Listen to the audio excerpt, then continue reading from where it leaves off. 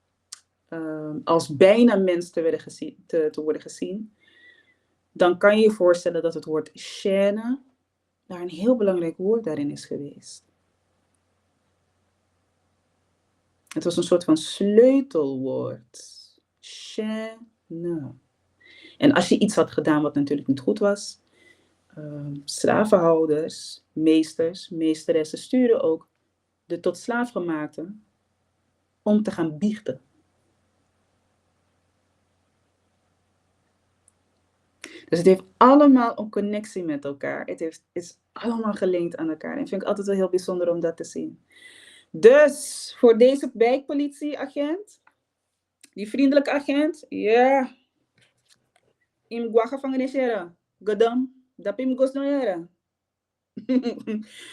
Maakt niet uit of je vriendelijk bent, maakt niet uit of je op social media zit. Het maakt allemaal niet uit. Wat wel bijzonder is dat hij in ieder geval wel dat gevoel heeft van ik schaam me diep. Want uiteindelijk ben je iemand die wel bekend is op social media. Je laat je gezicht zien, je laat mensen weten wie je bent, al dat soort dingen. En nu komen mensen hierachter. Nog een interessant aspect aan het filmpje toch? Hoe die advocaat van hem had gezegd van ja, maar er waren geen bijzonderheden, geen aardse goederen in zijn huis. Ja, die man had geen horloges, geen dure spullen, geen dure auto, waaruit bleek dat hij steekpenningen aannam. Maar dat hoeft toch ook niet? Ik bedoel, kroeken na kroeken. Wat je uiteindelijk met dat geld doet. Of je nou een horloge gaat kopen of een auto, ja, dat is wat anders. Maar als jij gewoon steekpenningen aanneemt en je gaat mensen ontvoeren en je hebt zelfs bij iemand een bom geplaatst, zoals dat wordt gezegd in het filmpje, is niet wat ik beweer, maar dat het wordt beweerd in het filmpje, laat me dat snel erbij zeggen, dat wat wordt beweerd, gesuggereerd in het filmpje, ja, dan is dat natuurlijk heel wat anders. En wie weet wat voor druk die man heeft gehad, daar zeggen ze niks over, hè. Dine takasan saide amang, den vier wan fasitak, na dis amus fuben doen. Niemand zegt daar wat over. Wat is de reden dat die man dan zo'n druk voelde? Was dat van mede-collega's die ook wel lusje dingen deden? Of was dat van buitenaf? Van orga? Van orga en een voerman, van bende? Was dat het misschien? En zagen ze hun kans zo van, hey, die man kunnen we even onder druk zetten. En als jij niet meewerkt, dan ga je het besturen. Wosoru. Ja. We zullen zien of het een staartje krijgt om wat er met deze man gaat gebeuren. Helaas pindakaas. Heel jammer voor deze man dat het zo moet plaatsvinden. Woord die we hebben besproken en de herkomst daarvan. Chaîne. Shintori. Zo kan je de koppelingen meemaken. Het doel ervan is natuurlijk om alledaagse dingen naar voren te halen. Te kijken hoe je dat voor jezelf ook kan onthouden. Wat zou jij zelf denken? Wat zou je zelf zeggen? Hoe zou je dat vertalen? Nou, je zou bijvoorbeeld Shintori ervoor kunnen gebruiken. Shing. En Shing heeft gewoon een connectie met de kwelling, de schaamte, de worsteling. Maar ook Franse taal. Het Latijns. En daar komt het uiteindelijk uit, het Latijns. Maar het heeft zeer zeker te maken met de hel. Het Bijbelse woord, Gehenna, ik hoop dat ik het goed zeg, vernoemd naar het dal van Hinnom bij Jeruzalem. Maar nu gaat hij zeker een offering moeten maken, hoor. En dat is toch wel zijn vrijheid. Dat wordt uiteindelijk je offering. Laat me weten in de comments wat je ervan vindt. Well, heftig materiaal, heftig materiaal. Voordat we naar de laatste item gaan van vandaag. Ja, Faya Takasangi. Stel je komt iemand tegen. Ja, een persoon die spreekt alleen maar Surinaams. Hoe zou je dan een bepaald artikel of zin uit een artikel of uit een video. Hoe zou je dat vertalen? Dat is het laatste item waar we naartoe gaan. Voor de mensen die kijken. Vergeet niet, als je vragen hebt natuurlijk, om die te stellen. En je kan natuurlijk een mailtje sturen naar media@spangtoriacademy.com. media@spangtoriacademy.com. Daar kan je je vragen stellen over woorden, de oorsprong van woorden. Misschien heb je iets gehoord. Je zegt van, dat boom. Kom schrijven we aan naar media. @spangtoriacademy.com. Dan kan je daar dus je mailtje naartoe sturen. En dan kunnen we dat gaan behandelen. Dat kunnen we zeker doen. Excuseer me. Verder, als je nog niet bent geabonneerd op de platformen van Spangtori Academy, doe dat nu. Als je op Facebook bent, TikTok, Instagram, wat voor platform dan ook, waar je het ook ziet, doe het nu. Ja? Boom. Even wat boodschappen doen. Dan we komen bakken. Dan komen we weer terug. Spangtori Academy is nu ook voor jouw kinderen aanwezig. Kom naar de website van Spangtori Academy en vind daar verschillende leermiddelen tussen de 4 en 13 jaar oud. Waar wacht je nog op? Meld je nu aan voor een korte proeftijd. En wie weet ben jij straks lid van Spangtori Academy Kids. Zien we je gauw daar? Ga naar de website via de link in de bio. Tot dan! Tot dan. Vergeet dat niet te doen. We hebben een speciale soort van leerbibliotheek voor de kids. En ondertussen zijn we ook bezig met het creëren van een vakantieboek. Mijn vakantie komt er natuurlijk binnenkort aan. En we willen natuurlijk dat de kinderen zich lekker kunnen bezighouden. Er zijn al 2 boekjes, kinderboeken aanwezig. 1 voor het tellen, 1 voor de taal. En er komt nog meer bij, mensen. Er komt zeker nog meer bij. Het mooie van de boekjes die we hebben, bepaalde digitale producten die we hebben, is, je kan het gewoon downloaden. En je kan het op je tablet, kan je het gebruiken. Maar je kan het ook gewoon uitprinten, hè? De ouderwetse manier. Printer, imprintamang, tapuan papieren. Je kan het bij een kopiewinkel, kan je gewoon naartoe gaan. Als je zegt van ik heb geen printer, ga naar de kopiewinkel toe, dan neem je het mee. Of je print het gewoon uit op je eigen printer.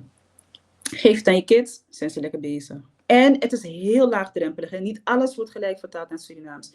Het is heel laagdrempelig. Elk Surinaamse zin heeft een Nederlandse vertaling. En er zijn ook gewoon spelletjes waar je bijvoorbeeld ook te maken krijgt met rekenen, met woorden en dat soort dingen. Dus het is heel leuk. Het wordt ook ingedeeld in groepen. Dus je kan gelijk zien van dit is voor zo'n leeftijdscategorie en een andere leeftijdscategorie. Ja, dus zeker de moeite waard om daarnaar te gaan kijken. Laten we kijken naar het laatste item van vandaag. Fayutaking. Hans Klok. Wel bekend toen ik wat jonger was. Maar die man was overal te zien. Wat is hij? Hij is niet een illusionist. Laten we gewoon het juiste woord daarvoor nemen. Goochelaar. Ik vind dat hij gewoon een goochelaar is. Het is een man die goocheltrucjes heeft. Hij deed het heel spectaculair. Misschien noemt hij zichzelf een illusionist. I don't know. Maar ik zie hem als een goochelaar. Ik denk dat dat niet oneerbiedig is, toch? Een goochelaar, Hans Klok. Mino ben sabitak aman be apaiman. Heftig. Want daar gaan we het over hebben. Hans Klok werkte 7 dagen per week bij de Efteling. Nou, hier is de foto van Hans Klok voor degene die heel jong zijn. Die zoiets hebben van, ik ken die man niet eens. Wie is dat? Vraag je mama, vraag je papa, die kennen die man wel. Maar die man was dagelijks bijna op tv. En op een gegeven moment, dat weet ik ook nog, hij was naar Amerika. Las Vegas. Om daar optredens te geven aan Mambe de Wan Showman. Hij is nog steeds een showman. Maar het ging hem niet zo lekker. Het ging niet helemaal lekker. Ik heb een artikel gehaald uit de Algemene Dagblad. Hans Klok werkte 7 dagen per week. Bij Efteling om miljoenen schuld weg te werken. De financiële situatie van Hans Klok is niet altijd rooskleurig geweest. De 57-jarige illusionist. Oké, zie je, illusionist. Ik had eigenlijk niet mogen zeggen goochelaar. Hij is een illusionist. Ja, volgens mij heb je goochelaar en daarboven krijg je een illusionist. Illusionist moest jaren geleden noodgedwongen bij de Efteling werken om een miljoenenschuld af te lossen. 7 maanden lang, 7 dagen per week, 7 dagen per week, deed ik 4 shows per dag. En in het hoogseizoen 5. Dat is veel hoor. vertelt hij in de Libelle. Libelle is een vrouwenblad. Een vrouwenblad die men kan kopen. Wow. Klok deed in 2000 een reeks shows in Duitsland, maar hield daar een schuld van maar liefst 2 miljoen euro aan over. Mede dankzij hulp van de bank ging hij niet failliet, maar hij moest er zelf ook keihard voor werken om niet ten onder te gaan. Hey. Wanneer je bedenkt zo van US-dong, nanga, de rekeningen, nanga de payman, je presenta van jongen, mi moro katranga, fu payala desan die share jaso. Je moet niet denken dat wanneer iemand op tv is. They make one biggie show, biggie this, biggie that, biggie name. Dat er geen leed aanwezig is. Ja. Is het risico van het vak? Het kan het risico van het vak zijn. En ik vind het wel heel, heel mooi en ook heel dapper als mensen zo openlijk erover praten. Het is een wijze les naar andere mensen toe. En anderzijds, net wat ik zeg, waarschijnlijk is dat ook het risico van het vak. Als je je droom najaagt, dit is zijn werk, het is niet zijn droom, het is zijn werk. En je gaat dat achterna, dan kan het je wat kosten. Had het goed uitgepakt, hadden we er natuurlijk nooit wat van gehoord, denk ik. Maar ja, wel heftig. Fayutaking. Het gaat om de eerste zin, de titel. Hans Klok werkte 7 dagen per week bij Efteling om miljoenenschuld weg te werken. Daar gaan we naar kijken. Even kijken. Hier is die zin. Hans Klok werkte 7 dagen in de week bij de Efteling om een miljoenenschuld weg te werken. Jullie weten al wat ik al zeg, toch? Als je een hele lange zin hebt, is best wel een lange zin. Ja, best wel een lange zin. Hak het in 2 of hak het in delen. Chunking noemen ze dat in het Engels. Chunking. Het is werkelijk een begrip. Chunking, C-H-U-N-K-I-N-G, chunking is een begrip. Het is een methode om grote stukken tekst, lappen tekst, of delen van een zin in stukken te hakken. In zinsdelen te groeperen. Het helpt er namelijk, het helpt om informatie beter te kunnen verwerken, sneller te kunnen verwerken en ook het te begrijpen. Want vaak kunnen we snel door een stuk tekst heen lezen, maar heb je ook begrepen wat er staat, kan je het onthouden. En dat is heel wat anders dan gewoon een stuk lezen. Chunking kan daar heel erg goed in helpen. En dat is eigenlijk wat ik hier gebruik van maak, chunking. Ik merk bij mezelf dat het ook heel goed werkt. Chunking. Als je grote lappen tekst hebt. Vroeger deed ik het ook. Toen moest studeren en dat soort dingen. Dan moest je grote lappen tekst, veel boeken. Baten voorlezen. Alle sangi. Chunking. Deel het. Hak het in stukjes. In chopaman. Ja, kot in pisi. Dus dat gaan we dus hier ook doen. Hans Klok werkte 7 dagen in de week. Bij de Efteling. Dat is het eerste deel van de zin. Ja? Hans Klok werkte 7 dagen in de week bij de Efteling. Eerste deel van de zin. Hoe gaan we dat vertalen? Hans Klok. En hier, om en bij hoor. Maar hier kan je 2 dingen doen. En dan ga ik uitleggen hoe je dat zou kunnen gebruiken. Hans Klok. Roko. Heriwiki naar Efteling. Waarom heb ik gezegd Heriwiki en niet bijvoorbeeld CBD in Awiki? Waheriwiki ab CBD. Waheriwiki abi CBD. Dus dan vond ik het een beetje overbodig om dan weer te gaan zeggen 7 dagen in de week. Ik weet waarom ze 7 dagen in de week hebben gebruikt in de titel. Dat is om wat extra saus erop te gooien. Toch extra saus aan een waheriwiki naar CBD in Awiki. Wat natuurlijk een beetje gek is. Ik vind dat je het dubbelop zegt. 7 dagen in de week. Een week heeft 7 dagen. Dus waarvoor moet je dat zo zeggen? Maar het is om wat spanning eraan te brengen. Toch wat saus, wat smaak eraan te geven. Het is niet zomaar een week. 7 dagen in de week. Misschien zijn er mensen op de wereld die 6 dagen in de week leven. Ik weet het niet hoor. Als jij een van die mensen bent, tegen me. Kon tegen me. Want ik wil eigenlijk niet zien. Want ik wil mijn leven niet gaan verkorten door 6 dagen in de week te gaan leven. Dus ik wil je niet zien. Maar het is om er natuurlijk saus aan te geven. 7 dagen in de week. Werken. En ook natuurlijk om aan te geven, hoeveel mensen werken er nou eigenlijk 7 dagen in de week? Niet iedereen werkt 7 dagen in de week. Hè? Mensen hebben tegenwoordig natuurlijk een 40-urige werkweek.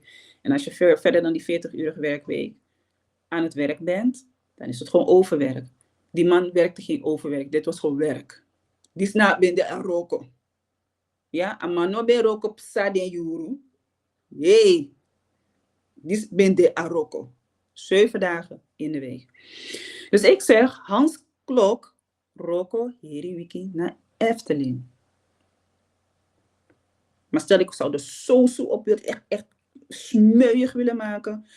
Hans Klok, roko, CBD in haar wiki, naar Efteling. Had ik ook kunnen zeggen, dan maak je hem extra smeuig. Nou, hier is iets. Stel, dit was bijvoorbeeld voltooid verleden tijd. Dus het heeft in het verleden tijd plaatsgevonden en het is volkomen voltooid. Ja? Vindt niet meer plaats. Dan zou je kunnen zeggen, Hans Klok ben roko aheri wiki naar Efteling. Ben is een vervoeging van de. De is een werkwoord, betekent zijn. Dus je zou je daar in de voltooid verleden tijd kunnen vervoegen. Hier is waar soms de verwarring kan ontstaan als je dus ben even weglaat. Daarom heb ik hem ook tussen haakjes geplaatst. En je kijkt naar roko. Hans Klok roko heri wiki naar Efteling. Eigenlijk zegt de zin al dat het iets is wat in het verleden tijd heeft plaatsgevonden. Dus dat biedt voldoende context om te kunnen weten van dit is de verleden tijd. Maar soms kan de verwarring ontstaan omdat mensen denken van, ja, maar ik kan toch niet aan de zin zien of roko verleden tijd of tegenwoordige tijd is. Stel je zou niet helemaal kundig zijn of veel weten over de Surinaamse taal. Van hoe het normaal gesproken gebruikt wordt. Dan zou je denken dat het nog in de tegenwoordige tijd kan plaatsvinden. Maar de context van die zin, dat het dus in de week heeft plaatsgevonden, is voldoende om aan te kunnen geven, hey, dit is dus in de verleden tijd. Want je kan ook zeggen Hans Klok roko. Als ik alleen maar dat zou zeggen, geeft het geen context over verleden of het heden. En het kan allebei zo zijn in diezelfde format. Ja? Dus hier, de zin geeft voldoende context om hieruit te kunnen concluderen. Het is in het verleden, dus het gaat dus om een verleden tijd. Zou het helemaal voltooid zijn, dan kan je dus die extra koppelwerkwoord gebruiken. Ben. Ben roko. Kijken we naar het tweede deel van de zin. Om een miljoenenschuld weg te werken. Om een miljoenenschuld weg te werken. Nou, wat de meeste mensen zullen doen is, wat is het Surinaamse woord voor miljoenenschuld? Is er niet. Maar je kan wel zeggen dat er een miljoenenschuld is. Zoals je dat in het Surinaams zou zeggen. Zo zou je eigenlijk moeten denken. Die richting wil ik je eigenlijk een beetje naartoe leiden. Ja. Minuwa pussy. Maar minuwa sorry tak wan trapaside. Voor Lucas aan. Hans Klok. Even kijken, hebben we gehad. Om een miljoenenschuld weg te werken. Dat is dus het tweede deel. Om een miljoenenschuld weg te werken. Heb ik daarvan gemaakt. Voor puro wan paiman da psa wan miljoen. Paiman kan een rekening zijn, maar kan ook een schuld zijn. Het kan dus meerdere betekenissen. Je kan het ook dus inzetten als een vertaling voor het woord schuld. En om aan te geven dat paiman e psa wan miljoen, geef ik eigenlijk bij aan van het is niet zomaar een paiman. Het is niet een kleine paiman, maar ja, wat is klein? Voor sommige mensen is 1 miljoen niet veel. Is peanuts. Ja, is zakgeld. Ja, is zakgeld. Maar voor de meeste mensen is het dat niet. Door aan te geven psa 1 miljoen me sorryutak na wan paiman voor 1 miljoen, sa psa 1 miljoen. Dus ik bied context. Voor puro wan paiman dat psa 1 miljoen. Heel simpel, heel snel en dicht bij een basis. Ja? En ik hoef niet allemaal woorden erin te gaan proppen om te gaan kijken van hoe ga ik nou uitleggen wat miljoenenschuld is. Nee. Dat hoeft allemaal niet. Is niet nodig. Het woord psa kan je dus hier inzetten om aan te geven dat het voorbij iets gaat. Groter dan voorbij iets. Zo kan je het op die manier inzetten. Past er echt heel goed bij. Zou je bijvoorbeeld het woord moro kunnen gebruiken als overtreffende trap? Moro 1 miljoen. Nou, ik ben van mening wel.